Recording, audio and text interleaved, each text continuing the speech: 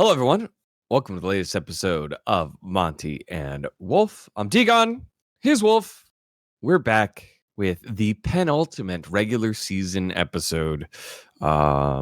Week 14 in the books. Round 5 has begun. Wolf, we finally had a legend group that was a little legendary. Yeah, I just want to apologize to everyone. Of course, my camera not working. It's a curse. It's a known thing amongst our producer and everyone at Last Free Nation that on this show my camera just stops working, my microphone stops working sometimes. So, um, I saw a lot of comments last week about the hat thing. I will let you guys know I am in fact wearing a hat right now. I did not actually take a shower before the show today, and dGon is the same. Look at that. dGon wearing a hat. I followed your lead. if they can't see you, they can at least imagine you, but with this hat. All right, go ahead. Sorry. All right, so yeah, I mean that was all I really had to say about that. But I did want to apologize to everyone. Hopefully, we'll have that fixed by next week. The curse of Monte Wolf and my tech continues. Legend Group was real, like you said, dGon. It was a real competitive group where anyone could take a game off of anyone, and sure, we had clear favorites and they very usually won. But like just to say some of the results, Nongshim made T1 look fallible, right? Like they almost were able to take T1 out. Then Hanweife Esports dropped a game to KT, but then also were able to take a game off of GenG, and then obviously KT got the upset win yesterday against T1. So this was the legend group we thought we were going to get. This is the legend group that we were told when we were shown the format we were going to get, which is really high level competitive matches only on the west side. And you know, it wasn't like the rest of the year couldn't have been like this, but I feel like teams are really hitting their strides at the end. I'm glad that it looks like this in week 14 and hopefully in week 15 rather than like it looks like this in week 10, week 11, and then it falls off and it's one-sided for the rest. I'd rather have it here at the end because it means that maybe we'll get a competitive playoffs as well. Maybe. But speaking of fall-offs, I feel like that's going to be one of the biggest talking points of the week, which was T1 versus KT. Wolf, it was our very last day of matches, not the last series of matches, last day of matches. Oh, was it last series of matches? Yeah. It was and the last one.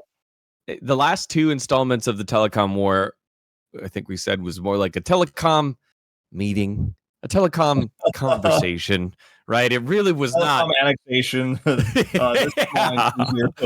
was really not too much of a fight back there. Yeah, KT just getting Louisiana purchased. Instead, they showed up with a very aggressive mindset. I don't think that the draft was too crazy, but Peter was up and down around the map.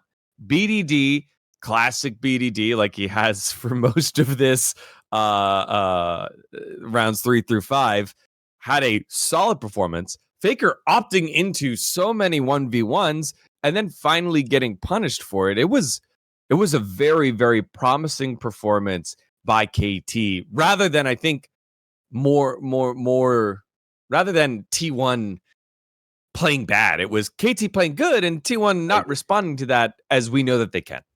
I agree. I think a lot of people look at this series as a big underperformance from Faker in particular and Guma Carrier as well. Like Carrier going 0-7 on the Braum in the final game. But with that draft, like, you know, KT almost perfect game. Like, you know, you fall behind, Braum is not going to be able to do anything. And it's not like Carrier went 0-7 because he played badly. The whole team just couldn't make the comp work because it's a strong comp, but it needs to get ahead and snowball. The Ziggs pick was great. I had a lot of good things to say about how some of the players who don't necessarily always show up in a consistent way were able to really make big plays. Like, sure, Duckdom's been much better recently, but he really took game one by the horns, and even though he was behind, really made some super plays to get them back into the game and get them control. There was that big rocket that got the double at the end of that team fight around Dragon. There was so many different Valkyries where he went in, and it didn't always work. Like, sometimes it backfired, sometimes he got punished, but he was super brave, let's say. Like, I know it's a weird way to describe a professional esports player, but he was bold enough to know when there was a potential moment for him to turn things around. BD's Talia performance was phenomenal. I don't think they could have won that game without his constant seismic shoves, where he was able to punish T1 relentlessly. Usually, Owner getting caught by those and then getting flipped back in and having to ult early or losing most of his health bar. And then, like, Perfect, he plays Rumble in game 1, plays really well. It's a really good Rumble game from him. But you're kind of like, okay, well, that's what we expect, right? It's Perfect's best champion. He plays it in almost every game 1. He can get his hands on it in every series here in the Legend group. But, and then I literally texted our group chat because it was my day off, but I was watching, and everyone's like, is it a 4-0 day? Because we had 3 back-to-back full set 6 game days. And I was like, no way, guys. Do you think KT can beat T1 without, like, literally listen to this list of champions, like, without Perfect's Rumble, Cuz's Trundle, BDD's Talia, and Duckdom's Corki? Like, these have been by far the most successful picks for all of these players. I was like, I don't think they win game 2. And then we go into game 2, and Perfect's 9-0-7 on Mbessa. Pops the hell off. They are, willing to put Duckdom on the Ziggs in the bottom lane, so they have that extra range damage to follow up on all the engage they have, because they have Annie Wukong, which they drafted early. They get the Mbessa pick, so they have engaged for days, and then they have the Ziggs bomb that can follow up from forever away. And then Peter just has this insane Nautilus performance. Remember last time he played against T1, he had a decent performance on the Nautilus, but it wasn't enough. He was extremely aggressive on the pick, but that was like the last game he played before he got benched, because he was maybe too aggressive. At least that's maybe what the coaching staff thought. I disagreed with that. But he had a great game, and then this just ends up being this insane snowball where KT look like they're the team that can macro as well as T1 and GenG, get these leads, choke out the map, don't let anyone back in. And like Faker, he had in game 1 some weird side lane catches where his team weren't there to react quickly enough. But remember, he's playing into a Talia. The collapses were really fast.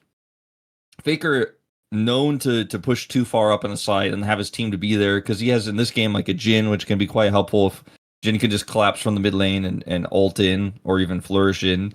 Yeah. But like, so so many of those ones where BDD catches Faker, and then Faker like sidesteps BDD like crazy, and BDD looks like an idiot for a second, where BDD's like missing all of his rocks and stuff, and then misses another shove, and you're like, does Faker kill him? He doesn't, because the initial burst is too much, but Faker like literally walked circles around BDD several times in this game, but it didn't matter because eventually BDD killed him and the rotations weren't there. I think T1 a little bit slower on that aspect of the game in game 1, but otherwise it's just an outclassing from KT. Like you said, KT looking really good. I don't want to use any E words, but this is reminiscent of what we just saw before Road to MSI, where at the very end, KT suddenly looked like a formidable team. You brought up the play at the Drake pit where Duckdom finishes the play by the blue buff with the big rocket. Remember that started with the shove that BDD had. They worked their way down towards Drake, and then BDD Talia walled over, and Carrier was ready to go, knocks him out of it on the recon, and then they go out, right? That I think that's the thing that was missing from KT when they played the top teams. This flexibility and nimble nature that they have to be able to go in and out the way that we see every week. GenG, T1, and when Hanwha, kind of this week for Hanwha have, it's this ability to not just be like, we're in, we lost, that's it. Or we're not going to fight, we just lost the objective and we lost everything. Or we're not going to fight, oh, we're not fighting, I got picked, I thought we were fighting. That's usually what has happened with Nongshim and KT. But yesterday's match was just very exciting to see this well-oiled machine know when to go in, know when to not. And I feel so good for like Perfect, who's you feel good for everyone, but I feel so good for Perfect, who has just been getting harassed by the other team, game planned around these 3-man, 4-man dives on the top side of the map, and they do nothing to the rest of KT to help him. However, this time, especially in game 2, on the Mbessa, he's able to absorb a lot of pressure, and then the cavalry arrives, and they punish T1 diving under the tower. He lived with the sliver of health so many times. It was just a great showing. And there was we need to give the flowers to KT on this one. There was that insane defense of the dive topside where not only did he get the really nice ult, but the rest of his teammates come and help him out, and then that was like the game ending moment on the Ambessa. Like I was watching with my wife, and often on my day off, she's kind of like, all right, so like when are we doing dinner and what's going on? Because I'm locked into watching the LCK, right? Like it's my day off, but you watch the games live. I mean, you don't always, but you do, because otherwise you gotta watch the VOD later. And I don't know, I like to watch the game live. I like to get involved. And she's like, all right, so when are we gonna eat? What's going on with this? And I'm like, I think it's gonna be 3 games. When I was looking at the draft, and then she's like, I don't know, looks like KT's kind of doing okay. I'm like, yeah. And then when that dive happened, I was like, babe, it's a 4-gamer. That was the moment. But like that like you said, the rest of KT actually came to bail him out. Like, they were able to identify this dive is going to happen. They rotated quickly. That's what's missing, because yes, Perfect has had some really poor individual performances, especially in just straight up 1v1s. Like, he's died, he's lost too much health, he's been zoned out of farm. But sometimes it's not his fault. Sometimes KT just leave him out to dry. Yeah. And then he looks bad, but KT don't know how to solve this problem. But you can actually, and teams have done this. I mean, I'm not going to name any names, but a lot of top laners over the years across many, many famous teams who have just been the weakest part of their roster. But that has become a strength of the roster, because you just play through the fact that they're all constantly going to be shoved in, and you can apply pressure there if you can get the right amount of vision, if you can have a roaming mid. You can just go, no, actually, our top laner he's going to get dove because he's a bag of gold, and we'll trick him. We'll dangle it like a carrot on a stick. That's also part of, I think, the state of the game, where like you can do that. The comeback mechanics are there. The snowball mechanics aren't as strong, but KT have had a lot of experience now to understand that, master that, and here they are with the biggest upset in the Legend group, because it hasn't happened yet. One of those lower teams get the win. Let's spend a little bit of time on the opposite side for T1. I think there are losses where you read into it and you're like, oh man, this one play wasn't very thoughtful by this one player on T1. That's weird, because they're our second team, third team all pro player. They're a 2-time world champion. They're a 5-time world champion in Faker's case, whatever it ends up being. But this didn't feel like that, Wolf. This really felt like, man, they aren't organized. They were kind of down to scrap. Faker was doing the Matador thing. I like to call it a Matador thing, where he's the pressure absorber, and the team is either going to punish or they're going to get something else on the other side of the map.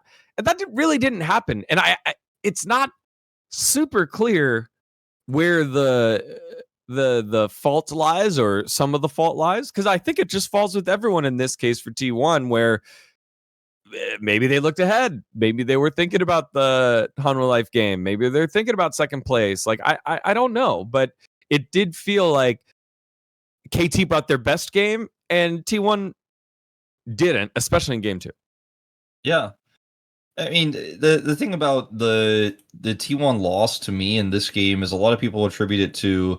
I've heard people saying this. Like, I've seen it on Twitter, I've seen it on post game threads and stuff like that, attributing it to T1 having this. They already have play-ins locked, or playoffs already locked. So why would they care? This match doesn't mean anything to them. And like, people were literally writing like, but it means so much for KT because this is the match that gets them playoffs. It's just a completely wrong take. Like, of course T1 care about this. They're trying to fight for second. I think a lot of people forget that if you get second place, you get a huge, huge advantage. You get to skip ahead in playoffs. And KT Rolster, yes, they're playing, like, this is more important because they're playing for playoffs. I mean, they are playing for playoffs, but like, if they lose this, they don't lose playoffs. Like, they're still, mathematically speaking, insanely likely to just instantly get playoffs in the next series they win. So it doesn't actually, it's not actually the most important KT match. Like, you can see how elated the KT players were, but I was seeing people say, like, it means just more to them. Like, T1 just wasn't locked in. They weren't they didn't care about this. No, I think that's a completely ridiculous take. I think this was a really important match for T1. Both Hanwha and T1 stumbling at the end has made this kind of interesting because they're both dropping games here and there, and you're like, oh, wait a second, like is Hanwha going to keep their second place spot? Then they lose a game to KT earlier in the week, and you're like, wait, no, is T1 going to get it by default? Oh, wait, no, T1 lost to KT. That race has been super close, and it will, of course, all come to a head next week. Decide who's going to get that second place spot, because the cutoff between second and third is massive.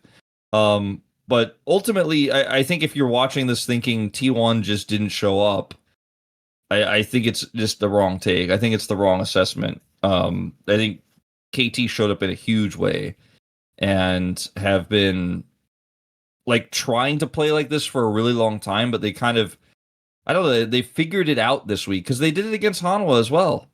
Yeah, they did. Both teams at the bottom of the Legend group came with some solid punches. They played much better than what we were used to, and I think on T1 side they just didn't have the problem solving skill set that we're used to seeing them do. It was just, if I'm Coma, I wonder how much time you end up spending reviewing this game. Oh, sorry, I punched my monitor. Reviewing this game hardcore, right? I think in a long season, you know when there's a game where it's like, all right, well, I guess we just didn't show up today. Here's 2 big points. Let's move on. And how much it ends up being the focus of the next scrim block, right? And I think in this case, this is just a long season. We wanted to test hands in game 1. We did that mainly from Dorn and Faker. Guma, I don't think got to do that as much. Keria had some good plays as well, but they definitely didn't do it together. And then in game 2, it just spiraled out of control. We know what happened. Let's move on. Let's continue to experiment, learn this big patch, prepare for our huge week coming up with the Saturday showdown match against GenG and the big, basically second place qualifying match with Hanwha Life Esports. Yeah, I do think that there was maybe a little bit of an underestimation of KT's macro in this in some of the plays that were made, but they're not incorrect plays from T1. They just got outplayed, and I think T1 will probably review that topside draft in game 2. We'll probably review some of the side lane calls from Faker on the Orianna, where he was pushing up super deep, and go, all right, hold on, like, we're playing our game. The Matador that you mentioned, I'm gonna give you credit, but I'm definitely gonna use that. That's actually such a great way to describe, because it's literally perfect, because that's what Faker does, and it's such a good nickname for him too, because the Faker global taunt, the constant memes of like people losing to T1 in international events, but getting that one kill on Faker, like that means everything. I actually love that. That's such a good term. But yeah, he's matadoring, but they're not able to follow up as well as they normally do. So like, what happened here? Let's review it. I think certainly a lot of things that we can they can glean from that. Well, last week we had said that the play of the bottom of the Legend group was a little stinky. Well, I feel pretty confident. Can't confirm, but confident that maybe they got their hands on some Mando, which is who we're reminding you about today. Our friends over at Mando that help you work through some of the stinky summer smells that happen with their products, like the Mando deodorant or the Mando sprays deodorant. They got you covered because it was created by a doctor who saw firsthand how BO was being misdiagnosed and clinically proven to block odor all day and control odor for up to 72 hours. All products are baking soda free and paraben free, where you can choose from a variety of scents like bourbon leather, Clover Woods, Mount Fuji, and Pro Sport. Again, Wolf keeps it in his bag. I started keeping it in my bag as well. Well, it's always been in my bag, but I'm bringing my bag more to work now.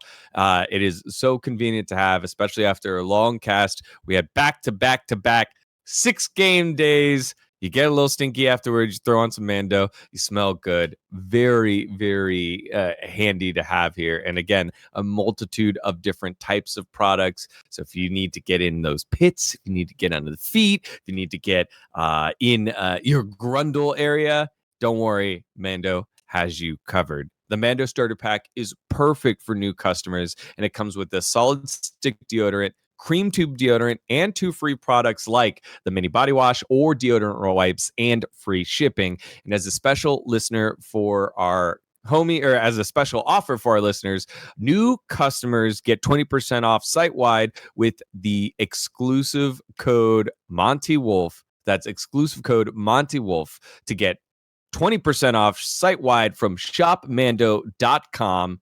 That's shopmando.com for 20% off with free shipping using the code Monte Wolf, SHOPMANDO.com. Support the show. Tell them we sent you. Mando's got you covered. Protect your pits. Smell great doing it. Thanks to our friends over at Mando. It is so easy and so convenient to have, Wolf. Yeah. I mean, look, Trundle has risen in Prio, super meta right now, but keeping your Grundle clean with Mando, that's risen in Prio as well, I'd say, dGon. All right, let's get into it here. Okay. Next up, let's go to Hanwha Life Esports here because they had a bounce back week. Again, they had the tough week last week, Wolf, the T1 and GenG killer week where they didn't take a game off of T1. They then go 2-1 against GenG.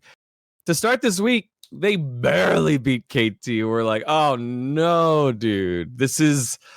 We're back to a 2-team region. Our reigning champ's not so good. I mean, kind of good now that we see the form that KT were in. And then they play GenG again in our Saturday showdown. They do make it go all 3 games, but ultimately fall short. But it was like, I hate this term, a good loss, but it was a good loss. Yeah, I would tend to agree. This series for me was a series where draft mattered a lot. And I think in the Legend group, we're seeing a lot of these games, the draft matters a lot. And Rise, sometimes it does, but it doesn't. You know, you get into a situation in the game, like a weird game state later on, where like, okay, they have these tools, they could come back. It doesn't matter early. Whereas in the Legend group, the draft matters like the whole way through. And some of the plays you can or cannot make in the early to mid are really impacted by it. And I think there was like pretty big draft edges in all 3 games. You could argue the first game that Hanwha Life Esports, like, so their draft is they have Gwen, Vi, Talia, Yunara, and Rel. That sounds pretty great on its own. Maybe not the Rel as much because the Rel isn't going to do much for you in lane against a lot of matchups and isn't going to empower the Yunara too much early unless you're playing into a melee, which they aren't. But like the draft itself sounds okay because you have some engage, you have pretty good engage, frankly. Like you have Vi, you have Rel, you have the Talia shove, and then you have Viper to clean up with a Gwen to also frontline and do tons of damage.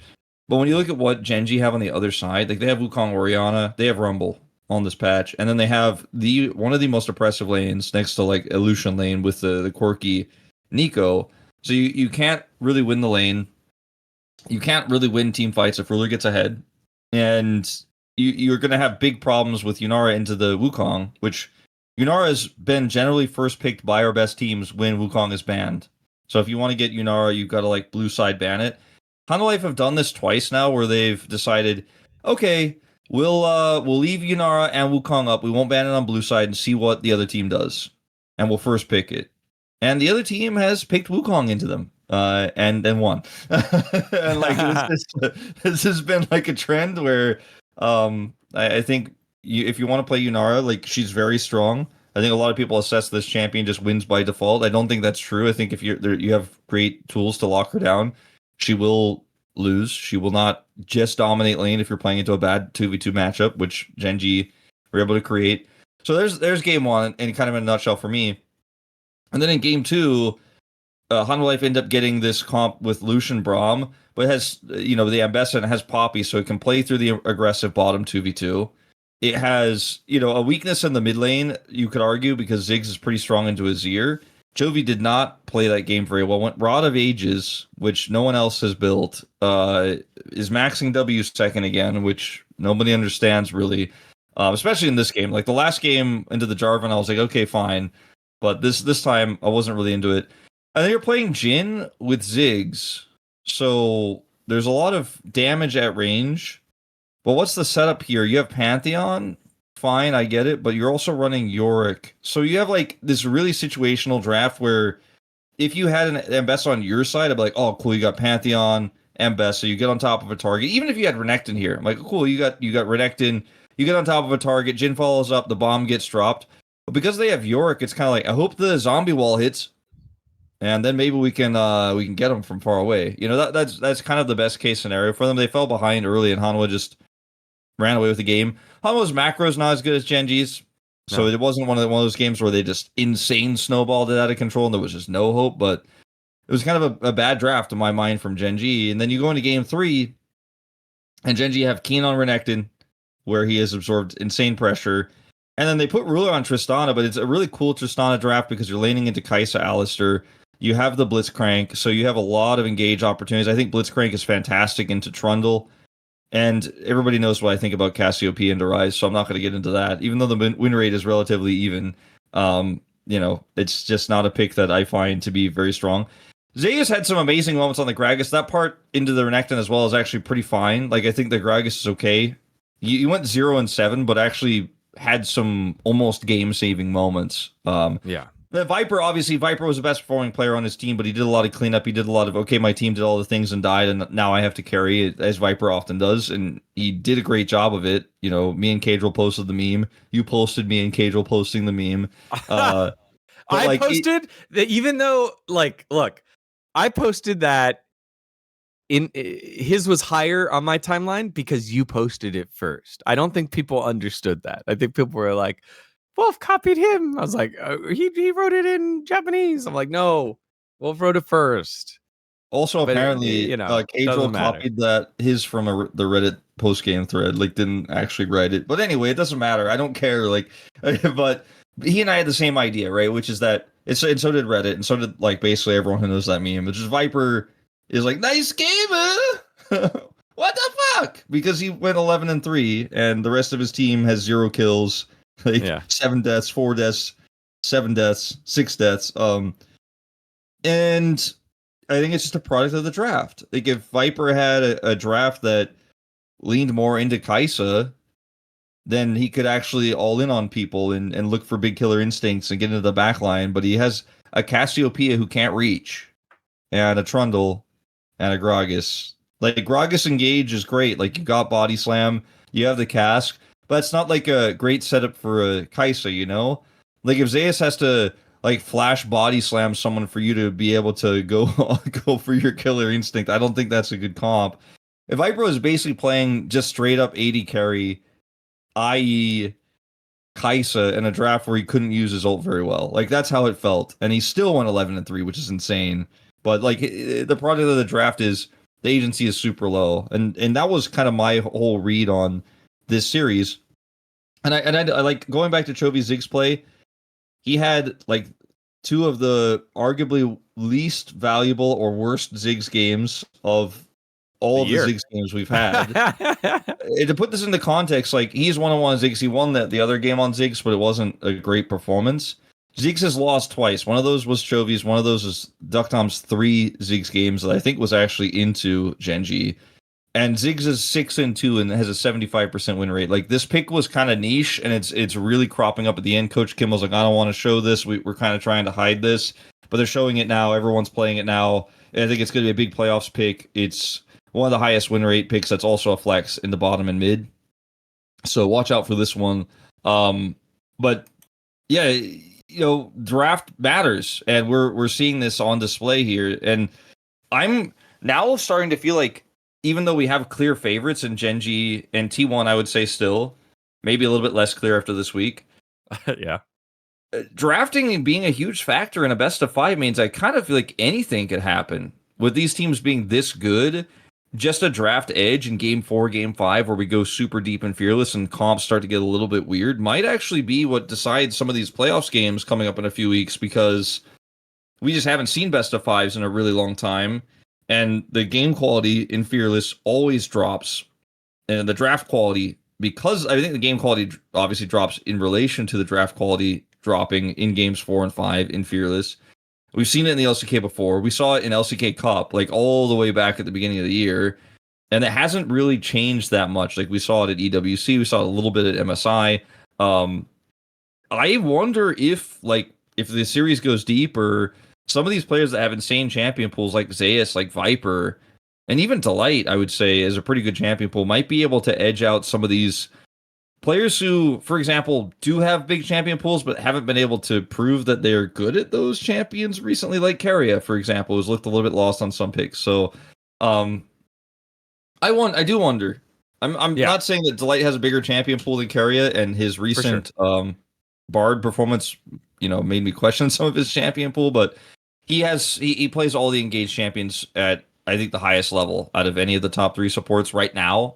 And so that's kind of scary when you could consider going into BO5. So both these, the T1 losing a game to Nongshim, losing outright to KT, GenG dropping a game to Hanwha with a kind of wonky draft, makes you wonder, how interesting playoffs could really be. Yeah, I like that point there. It's not the highest highs. We know who has the highest highs. It is Keria. It is who's shown it in terms of champ pool recently.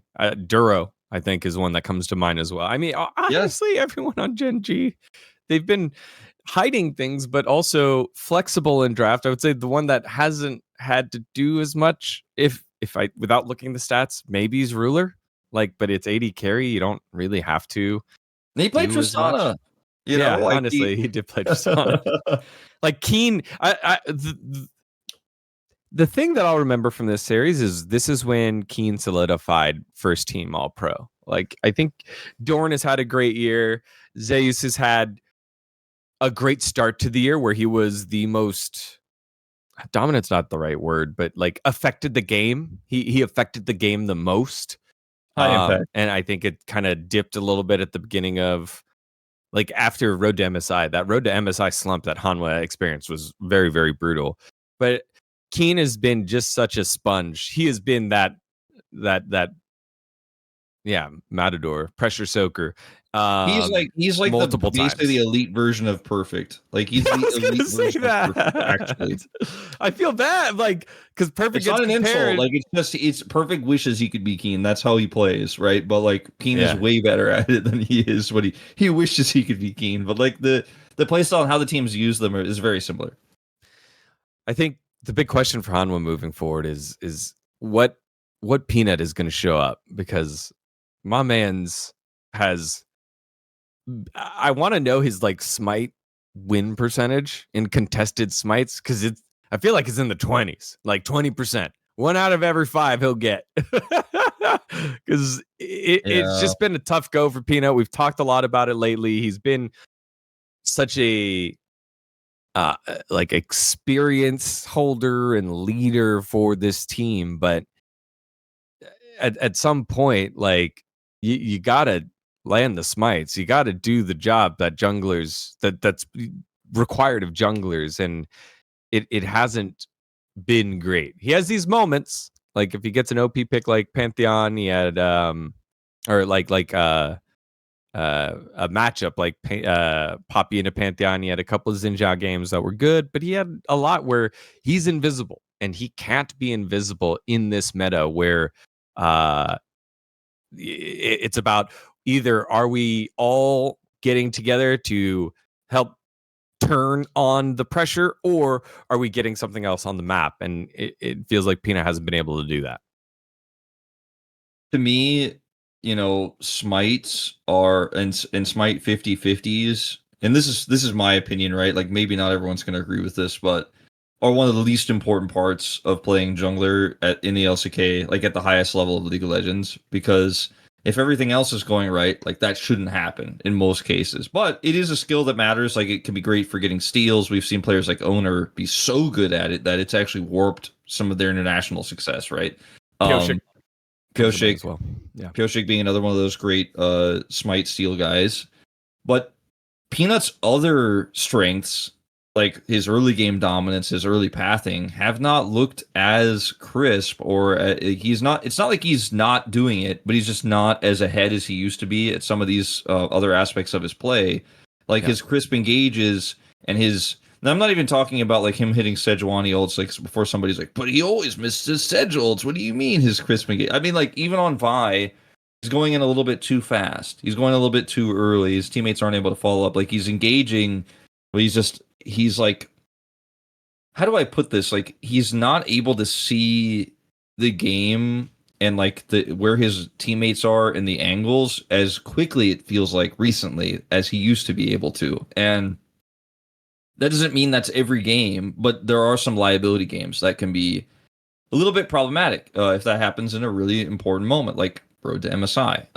So that's kind of been the lens I've had Peanut under, because sometimes you see those flashes of his most dominant performances, in years past, where you're like, damn, like that was actually insane how well he played the early game, or he just completely shut the other jungler out and was able to apply ganks in 2 lanes and get his team so ahead that the game is over before 15 minutes. We just haven't seen that Peanut most games, just occasionally. And then his average play is good enough to get Hanwha across the line when Viper's playing like he is, when Zeus is having those great performances on picks like the Jax, for example, where you could trust. But I just don't... I don't know where to rate Peanut right now, because in my heart, I'm like, no, he's still up there. Like he's still actually maybe he's the third best jungler. But my head is like, I don't know if that's true right now. Yeah. I'm gonna have to do a lot of assessment before we do our end of the year awards. In terms of where he stands, like, does he make top 3? He probably does, but because Cuz also has had a lot of issues. Gideon has fallen off in a big way, but like, we'll have to wait and see. I think Hanwha, my end thing with Hanwha is just play a little bit, like, because you have Viper and Delighters insane in lane. Kind of play like old T1 and just use Zeus the same way T1 used to. Give him counter picks if you want to win the matchup hard, or trust him on blind picks if you want to win bottom lane, and decide to go all in on top or bottom. And have Zeka get prio. Just give him prio picks as well, and then boom, you just roam to your winning lane, or you punish anyone who's trying to push Zeus in if he's playing weak side, and you just play that way. Like, the problem is Zeka isn't performing well enough to necessarily get that prio every time. Like, that's an issue. But if he can step it up, and if they can just draft for him to have prio like by default in some of these matchups, like just put him on Ryze more. Okay, let him clear those waves and go up there. Put him on Talia more. Let him clear those waves and Weaver's Wall in. Then you have a winning strategy. T1 proved it for multiple years with Zeus. Just play that way. Like, your bottom lane is good enough to back that up. Instead, they're kind of freestyling it and playing a little bit more reactively in terms of what the game state is. And then they're hoping that they're just going, we're draft for team fights. Viper's the best AD carry. Like, in their minds, that's how they have to think, right? Viper's the best AD carry. He could beat anyone.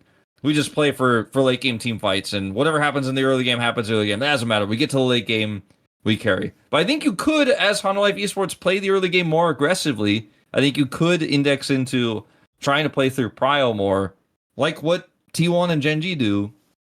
But they're just like, nah, Delight engages, and Viper will clean it up. That'll be fine. Zeka will have like a 4 out of 10 in that in like half the team fights, but it doesn't matter, because he'll absorb some cooldowns and Viper will clean it up. That happens like so many times. Like, how many times, like, recently is Zeka on like Galio and he goes in and like misses his taunt and like misses his punch, and then like he absorbs all the cooldowns. Like, Viper's like, thanks, bro. Let me clean this up. Yeah. I do think that before this series, Viper had not had his best performances against the big two, and they didn't win, but that would be a takeaway for me. Like, okay, he did not get straight up outdueled by Ruler and Duro. He still had his performances while things around him were on fire, but Viper Life Esports can exist as a game plan against a big, the top 2 teams. That's important. I think for Hanwha Life Esports to remember, as you aptly pointed out. All right, that was Legend Group. Sorry, Nongshim, we're not going to talk about you today, but it's time for some culture, as we say on the global broadcast in the Rise group. We had a lot of We had a lot of Rise Group Wolf. Just immediately coming to mind was the DNF Pro Game 2 15-minute Grub Pit, Herald Pit Bonanza. That was hilarious. We'll start there. The Bros go 0-2 for the first time in 1, 2, 3, 4 weeks, rounds 3 through 5. When it matters most, if they get one win, that space between them and DRX, very comfortable. But DRX, they get the win over DNF. They lose to Dplus. The Bros, they lose to B&K Furex 2-1. Then they lose to DNF 2-1. And now the gap is still one game, or now just one game. And also, we just don't know what to think of the Bros from an analytical mind. I know how I feel about them as a Giga Chad, but as an LCK mind, Wolf, it hurts to trust. It hurts my brain to trust them. Yeah, I can't. I'm done trusting. Like, this was a week where consistently they made a lot of there were a lot of problems. They made a lot of mistakes. Croco looked much worse this week, which was super weird. Like, he had all the right conditions. The drafts weren't even that bad. He just looked really weak. And you mentioned the situation with them and DRX. DRX ended up with 9 wins at the end of the week. If Bro won both of these matches, which, by the way, they both went to 3. They were both winnable, and they were both against winnable teams, right? Like, it was B&K, which, again, like, I know if you look at the stats, it's like, that's not winnable. They've never beaten B&K. 15 times in a row. That's stupid. That's like a stupid stat. Like, it's crazy, but like, it doesn't actually mean that Bro can't beat them. Like, that's just like just means that they didn't, but I think they could have. B&K also having a relatively week themselves, but we'll talk about that later when we get to Dplus a little bit more. Bro, if they had just won those final games, would have been at 12 wins, which is actually equal to where B&K finishes this week. Like, think about that. And it would have put them 3 away from DRX, meaning they would have been locked into play-ins because DRX only has 2 matches left. So they actually could have decided their fate. Now, I'm thinking DRX might actually lock this one down. Bros next week is against Dplus and DRX, okay? So they beat Dplus, but Dplus is having a bit of a resurgence right now. Yeah. Looking better. I will talk about that in a little bit. But that doesn't feel... I'm not leaning towards predicting Bro right now on this one, let's just say. And then DRX, if they lose to DRX, that's it. Like, DRX could just get in through that. Now, if DRX upset B&K and beat them, like, they're guaranteed in. So Bro went from play-ins is basically free to holy shit, I think I'm fucking not going to play-ins, dGon. Like, in 1 week. It like happened like that fast. Bro, we're chilling, and now they're actually in panic mode. And from seeing some of the Bro staff walking around after that last loss, I can tell you they are not happy with what's going on right now, and hype is. I'm gonna say it. Like, I think hype is actually worse than Geo now. Like, we've spent a lot of time talking about how Geo is the weakest. Geo actually had kind of a week, so maybe I'm looking at a weak for hype, slightly stronger week for Geo. But man, hype keeps getting caught. His target selection in team fights, I swear he this is what it feels like to me, okay? It feels like in a lot of team fights, he's playing a mini game to see if he can auto 3 or more people. He's like trying to he has Sundered Sky. Yeah, he's trying to tag him. I'm like, just pick the one that Croco's on, okay? That's usually a pretty good rule. Because like his Varus performances have been always kind of shaky in the past, but he had a game on Varus. I think it was against DNF where I was really not happy with how he was utilizing his damage. And like Hype's a guy, we've had him on the desk. Like, we've interviewed him there. He was one of the biggest up and coming 80 carries of the year. Like, people were like we're a far cry away from people being sad about the Hype waste split up. As both of those players have ended up, obviously, not together, and who knows what they would look like together, because I guess we'll probably never know. But the two of those guys have been some of the biggest disappointments of the year. And I don't think Duck Dom's getting replaced I don't think they're keeping hype. Look, Tom's had he had a rough start at the beginning of the year, but I don't think that's happening anymore. Yeah. Anyway, he's not hitting the mark, and AD carry is such an important role right now. It's so important to win the 2v2, win the mid lane to get prio, and to then just team fight. Obviously, incredibly well because you're the main source of damage. We have a lot of utility mids right now, and he's just not delivering. His most played picks are Corki and Lucian, and he's not able to turn those advantages into big wins consistently enough, right? Like it's kind of 50-50 for when he's playing those picks. And then if you put him on something else like Sivir, he's not looking like that's a pick for him. Like it doesn't look like he's comfortable on that pick, at all. And that's a problem because that's super meta. Jhin, 0 and 2 on this pick. Super meta. Arguably the most prevalent, most flexible pick with any dive composition, which bro loves to play. He's only played 2 games of Jhin this season. Like the whole season. That's his whole crazy. Career, actually. I'm looking at this. I thought it was okay. His whole career. No, this is only summer. Okay, thank God. Yeah, I was like, let me see. Let me see. Actually, his whole career on Jhin. Okay, he's like 3 and 5 on Jhin in his whole career. No, sorry, that's this year. Fuck. GOL, come on. 12 and 10. Got you. 12 and 10. Okay, so it's better off. It's actually his 5th most played, which is I'm looking this up right now and I'm pressing the wrong buttons on GOL because sometimes that happens. But it's a pick that clearly, I guess, based on his career stats here, he's a little bit more comfortable with than I thought because he just does not look comfortable in the pick right now. And I feel like I'm looking at this week thinking bro is not making it. I feel like bro is not making it. Yeah, I mean, the bropium angle is that they've been dominant against Dplus Kia, and they can just wrap it up earlier in the week, hopefully? Question mark. But I don't know.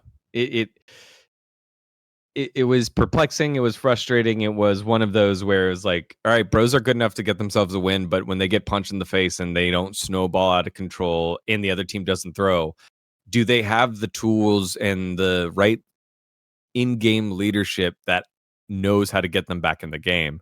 And for a while, it was, earlier in the year, it was Morgan Closer with whoever was playing jungle with him, into now more of like Morgan following up on Krako's lead.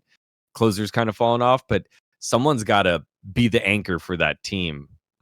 Whereas with DRX, we know who the anchor is. It's Teddy. Like they're like, you know what, Lazyfield, you are going to be great one day. You've got skill set, but we need a leader right now, and our leader is Teddy, and we know what we're going to do. We're going to scale and wait till they make a mistake, and hopefully Teddy has reached critical mass, and we're going to go from there. Also, Sponge having a good run of it, and like everyone's kind of turning up. Rich having like Rich a good run of it. Like, yeah, Rich is actually probably the most improved player from the beginning of the year. Yeah. Like he's actually suddenly this force where you're like, wait, I thought this guy was just going to be pretty muted and will occasionally lose lane and sometimes will be Cassante. No, he's actually really good suddenly. He's actually relevant. That's scary if you're bro. Morgan I'll say good too, he's kind of Mbessa merchanting, but he's had very impactful Mbessa games. So if I'm playing against him, you can't let Rich get Mbessa. Like he's also had some good like Aurora games, and he's had a few good Rumble games. Yeah. But Mbessa is definitely his best, like no doubt, and it kind of has always been this year. Like he was one of the early adopters of Mbessa. Like his Rumble is 1-4. But I feel like some of those games he still made a pretty big impact despite the loss. I'm not comparing him to like Zeus or anything, or even Perfect, but he has looked better, which is good. Okay, so consider this. The good thing for bros is that they actually have the head-to-head win. Like they're 2-0 over DRX. So that's good. And if you look at the matches that are left, Like they should realistically be able to beat DRX. Like, and if they can't, then it's like, okay, that's good. That means you don't deserve to be in plans. They deserve to be in plans. It's the Dplus series that's the scariest part. And DRX right now are 3 losses behind in game score, bro. So that's not really that's basically nothing. Because if you beat bro, you close the gap at least on 2 of those. One of those. One of those. That's right. Sorry, one of those. You'll grab a +1. They'll get a -1 there. That's what I mean by like because the gap will close thereby because you're going up 1, they're going down by 1. Oh, got it. But yeah, I mean it will be 1 game. That's the close, which ends up being like 2 points.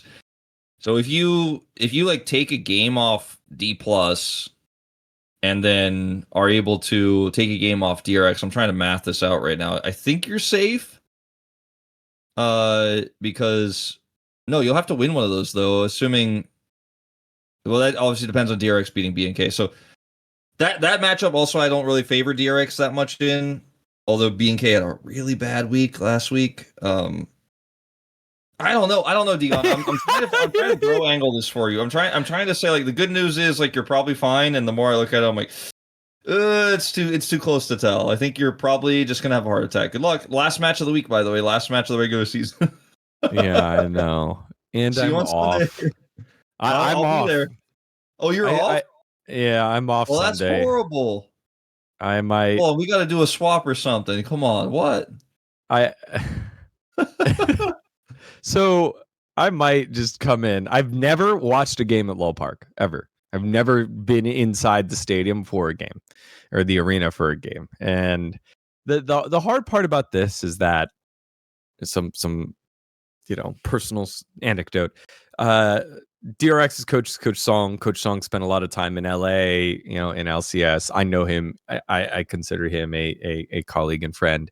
So I want to see him succeed, but it's literally coming at the cost of my de facto Giga Chad's favorite team, gotten to know the players over the last year.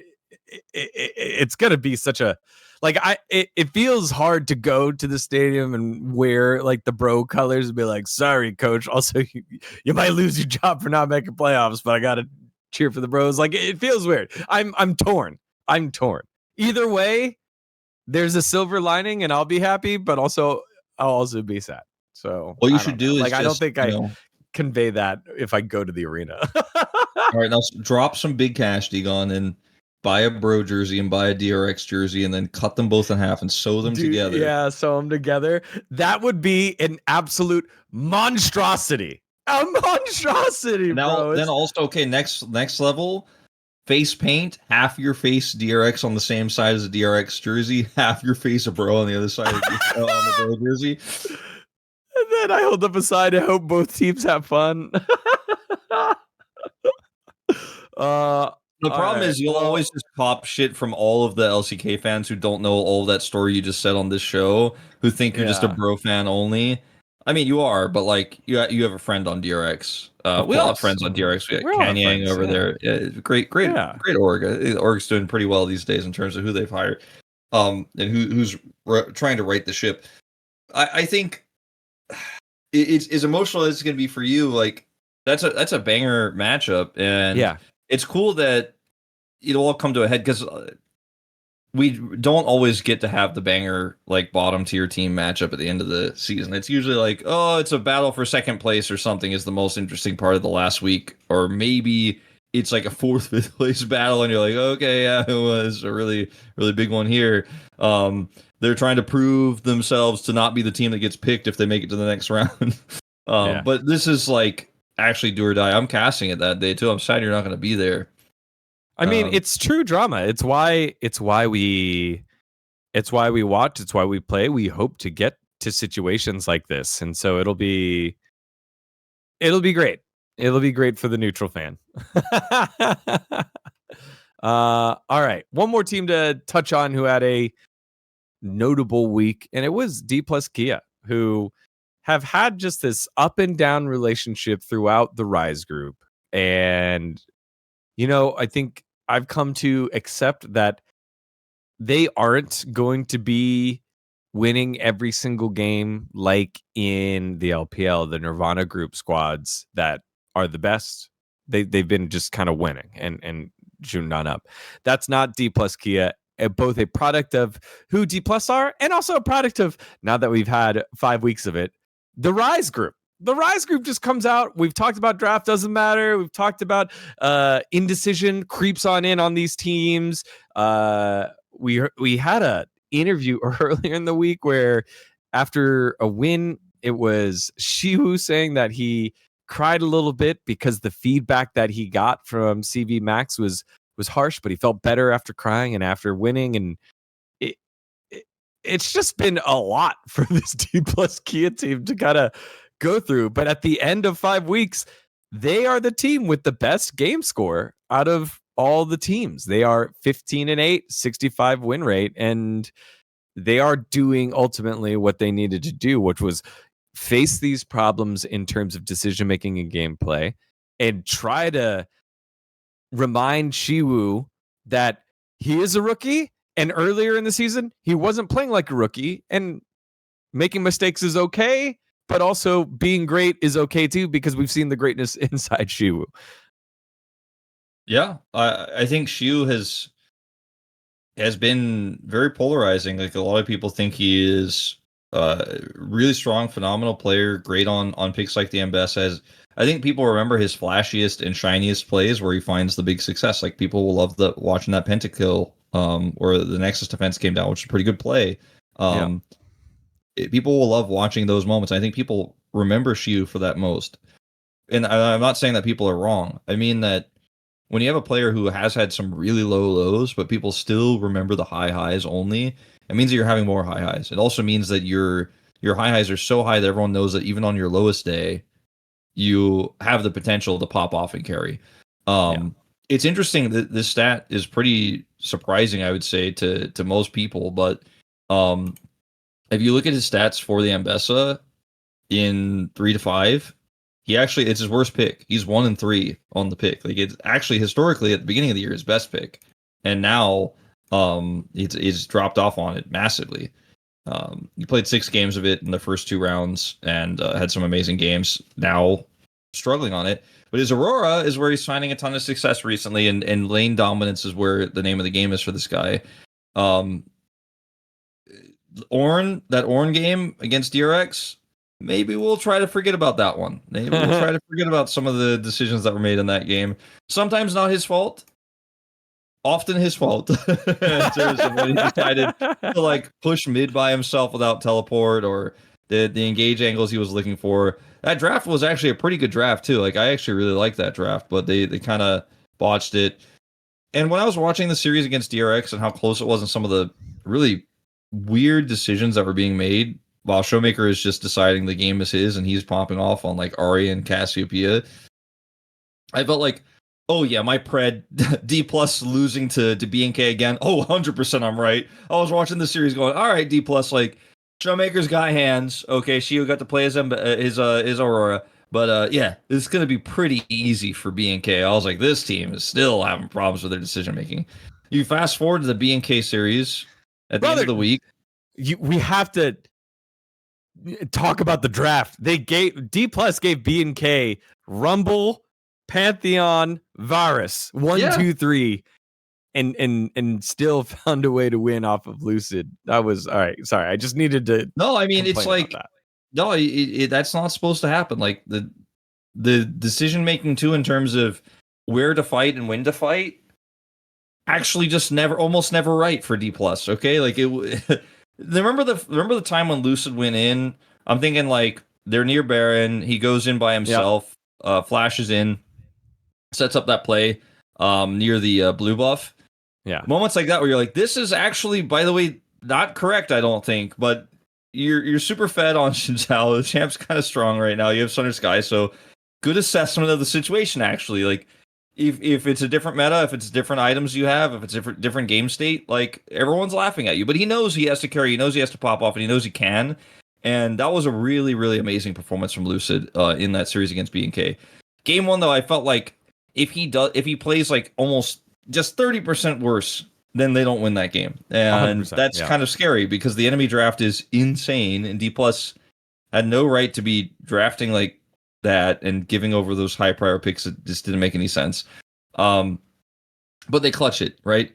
And then Showmaker clutches it in game 2. And I feel like the whole theme of this week is Showmaker is clutching. Like, he's actually playing well again. And that's something I didn't think we were going to see. Maybe, like, for the rest of the year, I didn't think we were going to see it. Maybe I thought I was starting to worry we'd never see it again. And Showmaker's like, no. I got this. I'm going to play Ari randomly and win the game. Well, it kind of felt like it was like, I'm just going to play Ari because I want to. I'm going to build a Magi, so I'm not even that far ahead. And then, okay. Now I've taken over the game. I'm 10-1 and 11. Yeah, I think the other standout, it's so funny because we talk about him in tandem. That's all we did. Anytime we talked about Dplus was Bell on Rakan. He was crazy good with a lot of his engages. He finished 3-2 and 24. He was involved with everything in that record-breaking game 1. Most kills in a single game. But he was everywhere and not doing like, well, I guess Barrel's just gonna int. Like that used to be on the less common side. Oh, I guess Barrel's doing a Barrel thing. He's over there dying. It doesn't mean anything. But then sometime this year, it became the common thing where him making a play was the uncommon thing, the uncommon Barrel thing. But then he just went back to world champion Barrel form, and it was awesome to see. It was great to see. And then it kind of was like, hey, Aiming, you're not keeping up with the world champion here. Like, your Jhin play, I think you've landed maybe like 1 out of 4 Jhin ults, and you're kind of not really autoing anything. And on the Zeri, wasn't really having massive impact, was getting focused a lot, and Showmaker was getting the cleanup. But Barrel and Showmaker firing on all cylinders is this team then becomes a playoff team. If they can get Shiwu back on track, they then become like world's top 3 team. Like, it's just fun. It's a reminder of what they were like over at LCK Cup, which is what all of us have been waiting for. So when I look at this series, in both series really for the week for Dplus, it's reassuring to know that, like you said, Showmaker and Barrel can still hit their peaks, right? And that's something that has been an issue. My next thing I'll say, which is a little bit less positive, that was such a weird transition. Because, like, okay, so look, Showmaker and Barrel popping off is good, right? Like, It means that their weakest performing players are potentially not going to be a liability. Like, Shio's had some bad games too, right? But, like, I think Showmaker and Barrel were the players that are supposed to be highest impact on this team and should be able to set up and then also carry, right? And that was not happening. So then, like, when Showmaker's having a horrible game and then Shio's a rookie and he doesn't know what to do because they're behind, like, yeah, he might have a bad game. So it's really good that they're back. But what is not solved, very clearly, some of this is, like, about aim. You look at Aiming's Jhin and how they play these fights, and you look at some of the messiness and, like, Aiming getting caught by Nocturne ultimates repeatedly. It's because Dplus still don't know how to set up for team fights and shot call how to properly 5v5 team fight. It takes a pop-off Showmaker to be so far ahead from just individual leads and snowballing and skirmishes to be able to carry with a full Magi's death cap Ari. Dplus are like, that'll be enough. We may have no idea what we're doing, but, like, if Showmaker's that fed, like, we can't lose. And then they didn't. And then Showmaker, like, literally could just spear rush over the wall into the enemy base and kill somebody because he was that fed and he just doesn't care. So it's good that Showmaker's popping off. It's good that he's winning, but the fundamental issues in Dplus were not solved this week. Yeah. But if Showmaker has confidence, if Barrel has confidence, and they're playing better, you have more opportunities to make the right calls. The calls you can make become a little bit more fluid because you're ahead. You're not, like, struggling through the early mid game and then kind of all-inning in the wrong moment in a team fight and then losing it, where, like, people don't trust each other.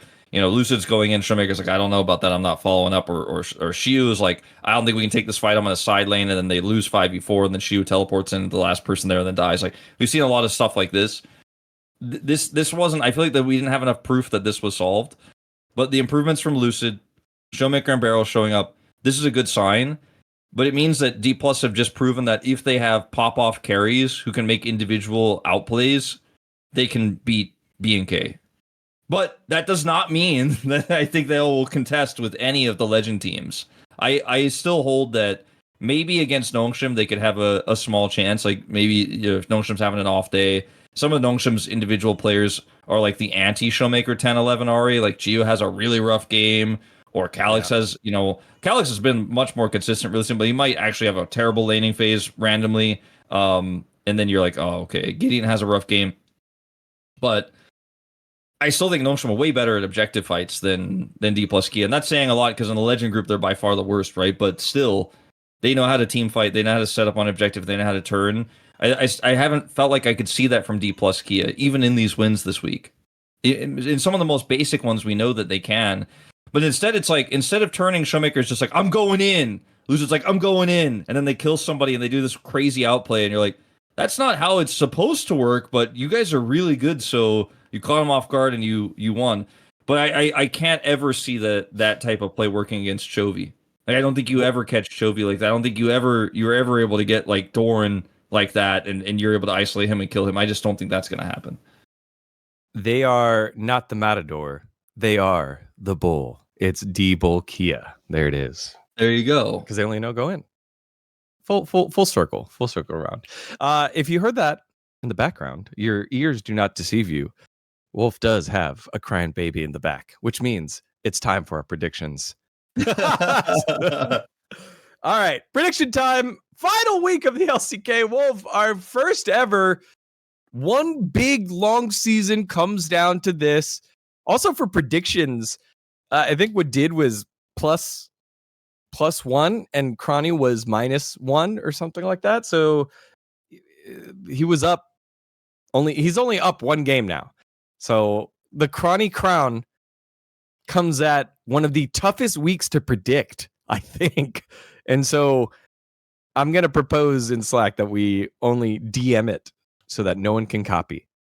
No one can copy anyone else's predictions other than, I guess they could watch our show and then copy our predictions, which that's actually a smart ball. That's, very smart. All right, let's get to it. First one, T1 versus Hanwha Life Esports. A tough week to predict. I think T1 are going to bounce back. I think that there were some shaky drafts, like I mentioned. Also, some over-aggressive play. And, like, KT played really well. That's another factor. Like, I think KT played really well, but I think that's part of why T1 looked bad there in the end. If you try to transitive property, you're like, oh, Hanwha beat KT last week, but KT beat T1. That means that Hanwha is better if you use KT as the measuring stick. But I just don't think that's how it's going to work. I think KT had a really great week, but I still think T1 has better overall fundamentals. And I think I'm going to go just T1 here. I think it's the safe prediction for me. Also, Doran is Zeus' father. And Zeus has been like one of the best parts of Hanwha recently, so that's why I mentioned it. Yeah, I want to predict Hanwha because I believe in the peaking that kind of happened all last week. Nongshim showed signs, KT showed signs, Hanwha has showed signs against GenG, albeit GenG. But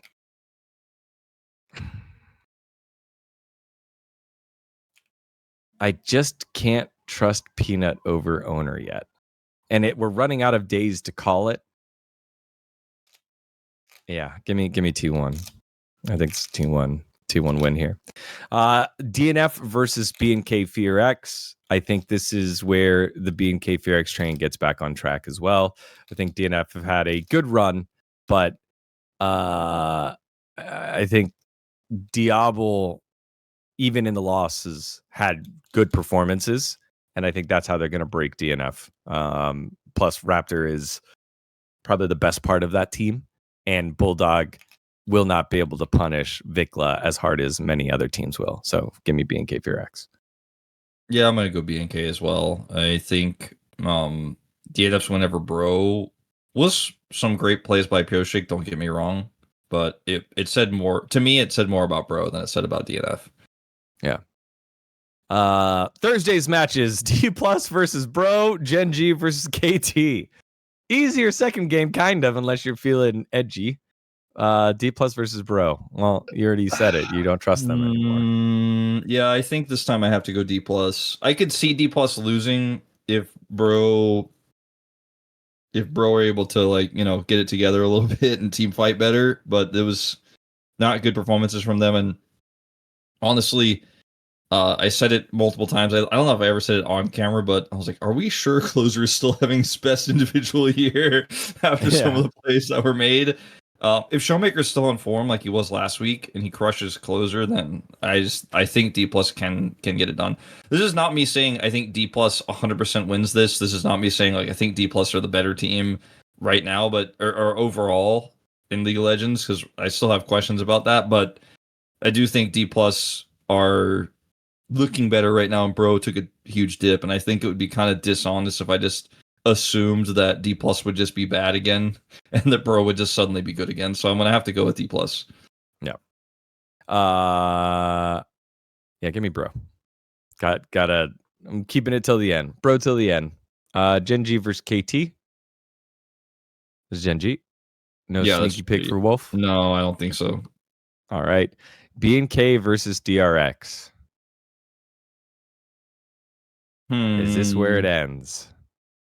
This is where things get interesting, because you start looking at individual matchups and you're like, Clear versus Rich. I don't know. Rich kind of clean right now. I would take Rich. Yeah, I would definitely take Rich. Yehu Vikla is a little bit tricky. I would take Yehu. I don't know. Vikla, as much as I've disliked Vikla's play lately, his play, he's played better lately. He's played. It's not great. It's serviceable. Whereas Yehu has been at a don't make mistake kind of level, if that makes sense. A mistake-free level, which has been not always as impactful, but sometimes having impact. I think I'm going to go B&K because part of why I felt like I wanted to pred DRX was because they took a game off Dplus, but like, again, that's Dplus is like an enigma. But then the same thing is like B&K 0-2 Dplus, or was 0-2 against Dplus. You're like, aha, like if Dplus is the measuring stick, and like you look at those games and how it played out, you if you don't think of it super closely and just think about the result and like the big KDA for Showmaker, you're like, yes, B&K is struggling. But I think B&K are the better team fighting team. I think they're the better 5v5 team. And DRX doesn't have a Showmaker that can just kind of like take over the game and pop off. They don't really have a Lucid type either. Like Sponge is not going to have that performance. So when I contextualize it a little bit further, I'm kind of like, yeah, no, I think B&K still win this. I think they can get it done. I'm gonna go B&K. It's a 2-0 B&K week for me. Yeah. I think DRX for the narrative. Also, I think if you go head to head in the form of the players, everyone except Diablo, because I think Andel's been playing really well as well. Everyone except Diablo goes the way of DRX. So give me. I DRX. agree with that. I think that's it's fun because if you look at it from the individual player perspective, DRX better, right? But if you look at it from coordination, late game team fights and stuff like that, I'm like, it's only Teddy. Can he get it done? So I think it's fun that we have a split one here. Yeah. And then Hanwha versus Nongshim. This I feel like this week coming up, we need to have a closer eye on Nongshim to see what form they're going to be in plans now that's already locked in, because they just haven't looked great. They haven't looked like scary, I'd say. Nongshim got that win over T1 in a relatively weak week for T1. Hate to say that twice like that, but that's how it goes. And there were some draft issues in that T1 loss as well. It's kind of a caveat. Yeah, I do think Hanwha is stronger. I'm going to go HLE as well. I think Nongshim looking better, and I think this series will not necessarily just be a freebie, but I think Hanwha should win the longer series in the end. T1 GenG, the final installment of this on our Saturday showdown. I already wrote GenG. All right.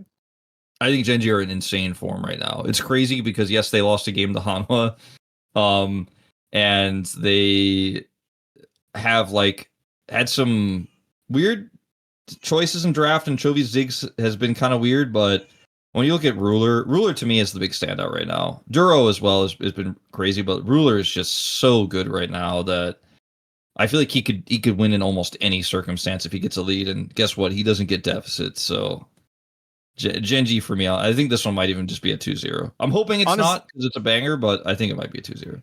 I thought he would slot in as like the third best AD carry behind Viper and Guma, especially with the form that they had, and he's proven the doubters wrong yet again. Yeah, give me GenG in this one. So a 1-1 week for T1 as they move into playoffs. Dplus versus the DN Automotive Freaks. The DN Automotive Freaks final game.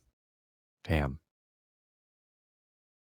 Never see this roster again, probably. Yeah. Crazy. Yeah. I wanna see there's a chance for DNF. Like I want to, but I don't think I can. I think Dplus have to lock the heck in because play-ins is coming, and I don't think that they drop a game here, or drop a series here. So also considering the best performing player on DNF has still been Pioshik, and Lucid had a pretty good week, is coming back in a big way. Just kind of for me like solidifies that Dplus should be able to get it done. Yeah. And then finally, what could have been a big game, Nongshim KT DRX Bro. I'll take KT Bro. Taking KT over Nongshim, I think, is pretty safe. They look really good. This is it. DRX Bro. I mean, yeah, this is it. According to your predictions, DRX need to win this 2-0, I think, to make playoffs. Well, I guess it depends on what the loss is for Bro or DRX, but both of them losing is what you predicted. Yeah. If they 2-0, they should be in based on my preds, I believe. Well, you didn't say what the game score is, but yes. If they 2-0 though, like if both teams lose their previous matchup at the same score line. Oh god, this one is like, because like I could see Morgan Rich going either way. Teddy's so good right now though. And I have a bad taste in my mouth from Bro's performance last week, but maybe I don't want to over index into that.